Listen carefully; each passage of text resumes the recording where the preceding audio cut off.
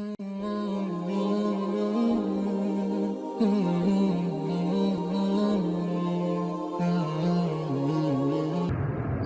ونصلي ونسلم على رسوله الكريم اما بعد فاعوذ بالله من الشيطان الرجيم بسم الله الرحمن الرحيم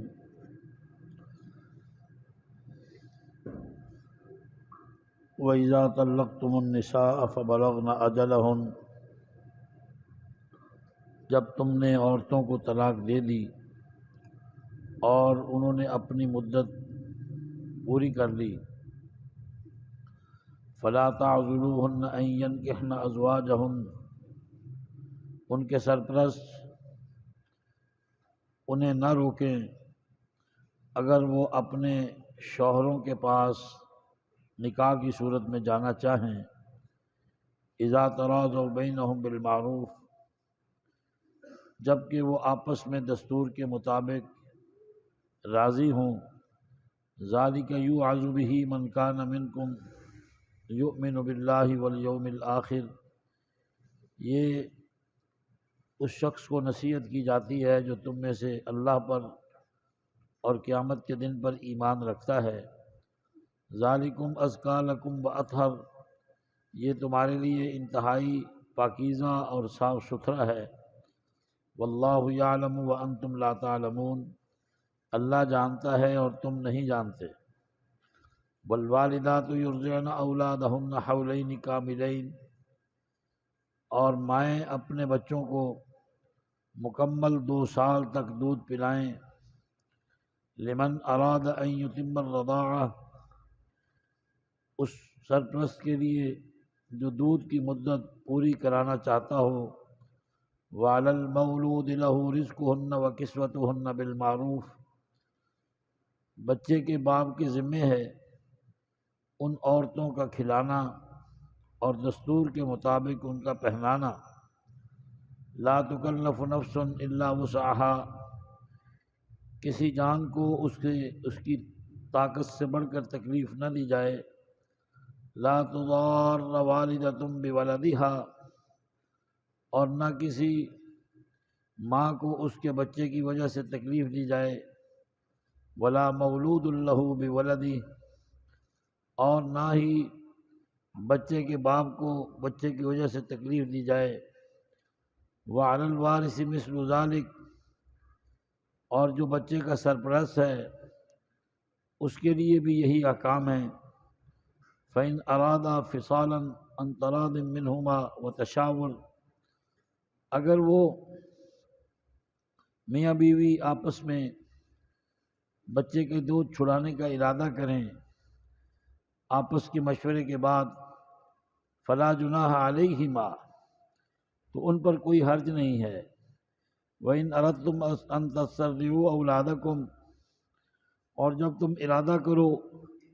کہ اپنے بچوں کو دودھ پلواؤ، فلا جناح علیکم، تو تم پر کوئی حرج نہیں ہے، اذا سلمتم ما آتیتم بالمعروف، جب تم ان کے سپرد کرو تو دستور کے مطابق اس داعیہ کو بھی دو، واتقوا اللہ واعلموا ان اللہ بما تعملون بصیر، اللہ سے ڈرتے رہو، خوب جان لو کہ اللہ تمہارے اعمال کو دیکھ رہا ہے، والذین یتوفون منکم ویذرون ازواجا، جو تم میں سے انتقال کر جائیں اور اپنے پیچھے بیویاں چھوڑ جائیں، یتربصن بانفسہن 4 اشہر وعشرا، وہ 4 مہینے 10 دن تک انتظار کریں، فإذا بلغن اجلہن، جب ان کی عدت کی مدت پوری ہو جائے، فلا جناح علیکم فیما فعلن فی انفسہن بالمعروف، تم پر کوئی حرج نہیں ہے اس بات میں جو اپنے وہ نفس کے بارے میں دستور کے مطابق کرنا چاہیں، واللہ بما تعملون خبیر، اللہ تمہارے اعمال سے باخبر ہے، ولا جناح علیکم فیما عرضتم بہ من خطبۃ النساء، اور تم پر کوئی گناہ نہیں ہے اس بات کے بارے میں کہ تم ان عورتوں کو پیام نکاح پیش کرو، او اکننتم فی انفسکم، یا تم اپنے جی میں کوئی چیز چھپاؤ، علم اللہ انکم ستذکرونہن، اللہ تعالیٰ کو خوب معلوم ہے بے شک ان قریب تم ان کے سامنے ذکر کرو گے، ولیکن لا تواعدوہن، لیکن ان کے ساتھ وعدے مت کرو، سرًا چھپ چھپ کر، الا ان تقولوا قولا معروفا، مگر یہ کہ تم دستور کے مطابق بات کرو، ولا تعزموا عقدۃ النکاح، اور تم نکاح کے بندھن کا ارادہ نہ کرو، حتی یبلغ الکتاب اجلہ، یہاں تک کہ وہ قرآن کے مطابق اپنی مدت کو پورا کریں، وَاعْلَمُوا أَنَّ اللَّهَ يَعْلَمُ مَا فِي أَنفُسِكُمْ، خوب جان لو کہ اللہ جانتا ہے جو تمہارے دلوں میں ہے، فاحذروا، اسی سے ڈرو، وَاعْلَمُوا، خوب جان لو، أَنَّ اللَّهَ غَفُورٌ حلیم، اللہ معاف کرنے والا بردبار ہے۔ حضرات، اس میں دو تین مسئلے ہیں، زیادہ مسئلے نہیں ہیں۔ جب میاں بیوی میں علیحدگی ہو جاتی ہے تو اس وقت بچوں کے دودھ کا مسئلہ جو ماں کا پی رہا ہوتا ہے یہ بہت کھڑا ہو جاتا ہے۔ قرآن کریم نے یہ کہا ہے کہ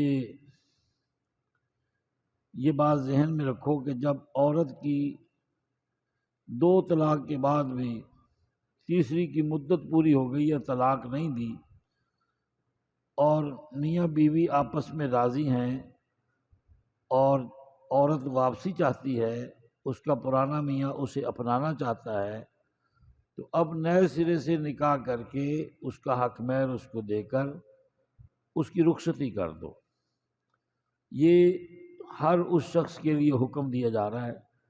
جو اللہ کو مانتا ہے اور قیامت کے دن پر ایمان بھی رکھتا ہے۔ یعنی اتنی سخت تاکید ہے کہ اللہ کے ماننے والے میاں بیوی کی تفریق میں کردار ادا نہ کریں، ان کی موافقت میں، ان کے ملانے میں کردار ادا کریں۔ ان کی کوئی انا کا مسئلہ نہیں ہونا چاہیے اللہ کے احکام میں۔ فرمایا یہ تمہارے لیے بہت ہی بہتر ہے اور پاکیزہ تر ہے، جو اللہ جانتا ہے وہ تمہارے علم میں نہیں ہے۔ مائیں اپنے بچوں کو 2 سال تک دودھ پلائیں۔ جس آدمی نے طلاق دے دی اس عورت کا بچہ بھی ہے، اب جب تک عورت کی مدت پوری نہیں ہوگی اتنی دیر تک عورت کے کھانے کا خرچ، اس کے پہناوے کا خرچ، اس کی رہائش کا خرچ، اس کی ضروریات اور بچے کے دودھ کا خرچ، یہ بچے کے باپ کے ذمہ ہے، اس کے سابقہ شوہر کے ذمہ ہے۔ فرمایا کہ لڑکی کے والدین کوئی شوہر کی حیثیت سے بڑھ کر اسے تکلیف نہ دے، نہ بچے کی وجہ سے اس کی ماں کو تکلیف دی جائے، نہ بچے کی وجہ سے اس کے باپ کو تکلیف دی جائے۔ شوہر کی طرف سے بھی تکلیف کا حوالہ نہیں ہونا چاہیے کہ وہ اپنی بیوی کو تنگ کرے بچے کی وجہ سے، اور بیوی جو ہے سابقہ وہ بچے کی وجہ سے شوہر کو تنگ کرے، بلکہ جو بنتا ہے وہ اس عورت کو دیا جائے گا دستور کے مطابق، جو برادری کا رواج ہو، جو برادری کا، اس کو قرآن بالمعروف کہتا ہے۔ اور آگے فرمایا کہ میاں بیوی ہیں، بچے کی مدت تو 2 سال ہی ہے دودھ پینے کی، لیکن اگر وہ 2 سال سے پہلے بچے کا دودھ چھڑوانا چاہیں، آپس کے مشورے کے بعد چھڑوا سکتے ہیں، اس چھڑانے کا ان پر کوئی گناہ نہیں ہوگا۔ جیسے آج کل دودھ کے ڈبے آ گئے ہیں تو اس سے بھی گزارا ہو جاتا ہے، بچہ ہے اس کی بھوک نہیں مٹتی ماں کے دودھ سے، تو وہ جو نیسلے والوں کے ڈبے ہیں، دودھ کے ڈبے ہیں، ہر عمر کے بچوں کے ہیں، تو اس پر ان بچوں کو لگایا جا سکتا ہے۔ آگے فرمایا گیا کہ اگر بچے کی ماں ہی دودھ نہیں پلانا چاہتی تو پھر کیا ہے؟ پھر کسی ایسی عورت کا دودھ جو دودھ پلا سکتی ہے، دائیا ہے، اس کی انا ہے، اس کو بھی پھر وہی فیس دی جائے گی، اس کو اس کا کھانا، اس کا خرچہ دودھ کے حوالے سے بچے کے باپ کے ذمہ ہے۔ یہ ذہن میں رکھیں کہ بچے کو دودھ پلانا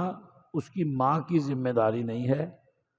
اس بچے کو دودھ پلوانا یہ اس کے باپ کی ذمہ داری ہے۔ یہ ہمارے گھروں میں جو ہے نا اپنے بچوں کو دودھ پلاتی ہیں، جیسے ہمارے مشرقی روایات ہیں کہ بچے کو ماں دودھ پلاتی ہے، یہ احسان کرتی ہیں شوہر پہ، ان کی ذمہ نہیں ہے۔ یہ تو بچے کی محبت میں پھر آپ سے خرچہ بھی نہیں لیتی، لیکن شوہر خرچہ رکھتا بھی نہیں ہے۔ یہ دابڑے شابڑے پنجیریاں پجوریاں جو بنتی ہیں گھروں میں، یہ یخنیاں اور یہ چوچلے جو ہوتے ہیں، یہ بھی شوہر کے ذمہ نہیں ہے۔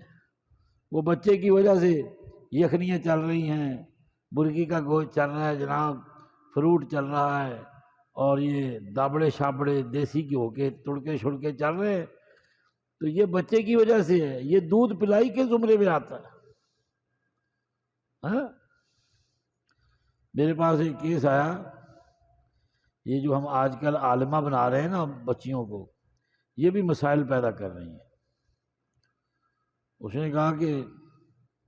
ساس سسر کی خدمت میرے ذمہ نہیں ہے، شرعی طور پہ سسر کی خدمت بہو کے ذمہ نہیں ہے، ساس کی خدمت بہو کے ذمہ نہیں ہے، سچی بات یہی ہے۔ لیکن یہ بھی حقیقت ہے جو لڑکے کی ساس ہے اس کی خدمت بھی لڑکے کے ذمہ نہیں ہے، جو لڑکے کی سسر ہے اس کی بھی خدمت کرنا یہ جو اس لڑکی کا شوہر ہے اس کے ذمہ، یعنی کیا مطلب؟ شوہر کا ساس سسر یعنی اس کا ماں باپ لڑکی کے ذمہ نہیں ہے، لڑکی کا ماں باپ لڑکے کے ذمہ نہیں ہے۔ جب وہ لڑکی کے ماں باپ کی عزت کرتا ہے، آیوں کی قدر کرتا ہے، ایک ایک ٹائم کے اوپر ہزار کا کھانا پک جاتا ہے، بچے کے ماموں آ جائیں جناب تو وہ اپنے پجاموں سے باہر ہو جاتا ہے، وہ لے کے آ، تو وہ بیوی کی محبت میں کرتا ہے کہ اس کی ناک اونچی رہے خاندان میں۔ تو جب یہ ان کے ماں باپ کے لیے، اپنی بیوی کے بہن بھائیوں رشتہ داروں کے لیے سارا کچھ کر رہا ہے، تو اسے لڑکے کے ماں باپ اور بہن بھائیوں کی خدمت کرنا اس کو موت پڑتی ہے؟ یہ کپڑا دھو دے گی تو اسے موت پڑے گی؟ جب یہ لڑکی کے ماں باپ کو ماں باپ کا درجہ دے رہا ہے، ان کی خدمت کر رہا ہے، تو پھر یہی جواب میں خدمت لڑکے کے ماں باپ کی بھی کرنی پڑے گی۔ ایک طرف ایک سائڈ دیکھتے ہیں کہ اس کے ماں باپ کی خدمت میرے ذمہ نہیں ہے، تو بھی تیرے ماں باپ کی خدمت کون سی اس کے ذمہ ہے؟ اچھا پھر آگے دیکھیں، جو مناسب ہے کھانا وہ لڑکے کے شوہر کے ذمہ ہے، ٹھیک؟ مناسب رہائش، مناسب سوٹ کپڑے، 2 گرمیوں کے سوٹ، 2 سردیوں کے سوٹ، 2 گرمیوں کے جوتے، 2 سردیوں کے جوتے، اور 2 قسم کے بستر، یہ ذمہ ہے اس کے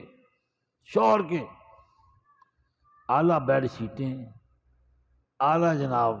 بیڈ، فرنیچر، اور یہ شاپنگیں،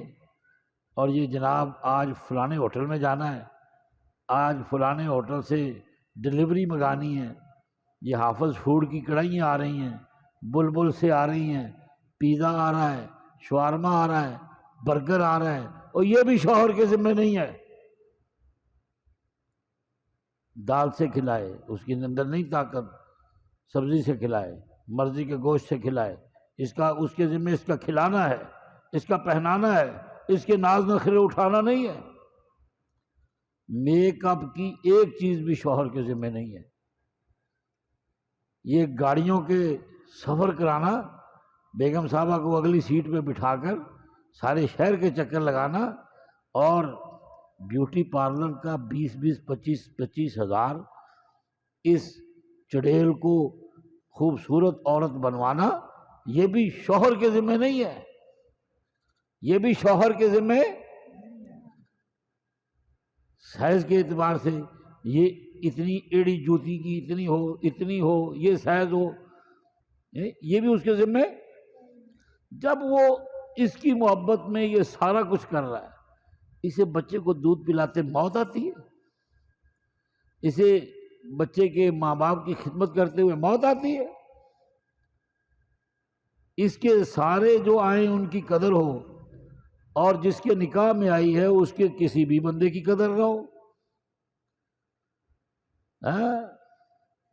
جب آدمی دوسرے کو اچھا جانتا ہے نا، تو اس کو بھی اچھا جاننا چاہیے۔ رشتہ داری اسی سے خراب ہوتی ہے کہ آپ یہ تو چاہتے ہیں کہ میرے ماں باپ کی عزت ہو، لیکن یہ نہیں چاہتے کہ جو لڑکی کے ماں باپ ہیں ان کی بھی عزت ہو، ان کے لیے بھی آپ کی آنکھیں بچھیں، ان کے لیے بھی آپ کا دسترخوان سجے۔ تمہارے ماں باپ کو تو روز پکا کے کھلائے، وہ سال میں ایک دفعہ آ جائیں تو تم کہو یہ روز ہی منہ اٹھا کے چلے آتے ہیں، یہ بھی پھر اس کی اجازت نہیں ہے، اس کی بھی اجازت نہیں ہے، یہ ذہن میں رکھیں۔ کھلانا تمہاری ذمہ داری ہے، پکا پکایا لا کے کھلاؤ، پکانا اس کی ذمہ داری نہیں ہے، پکانا اس کی ذمہ داری۔ تمہارے 10 بچوں کا جو کھانا پکا رہی ہیں، برتن دھو رہی ہیں، کپڑے دھو رہی ہیں، جی اس کی ذمہ داری میں نہیں ہے۔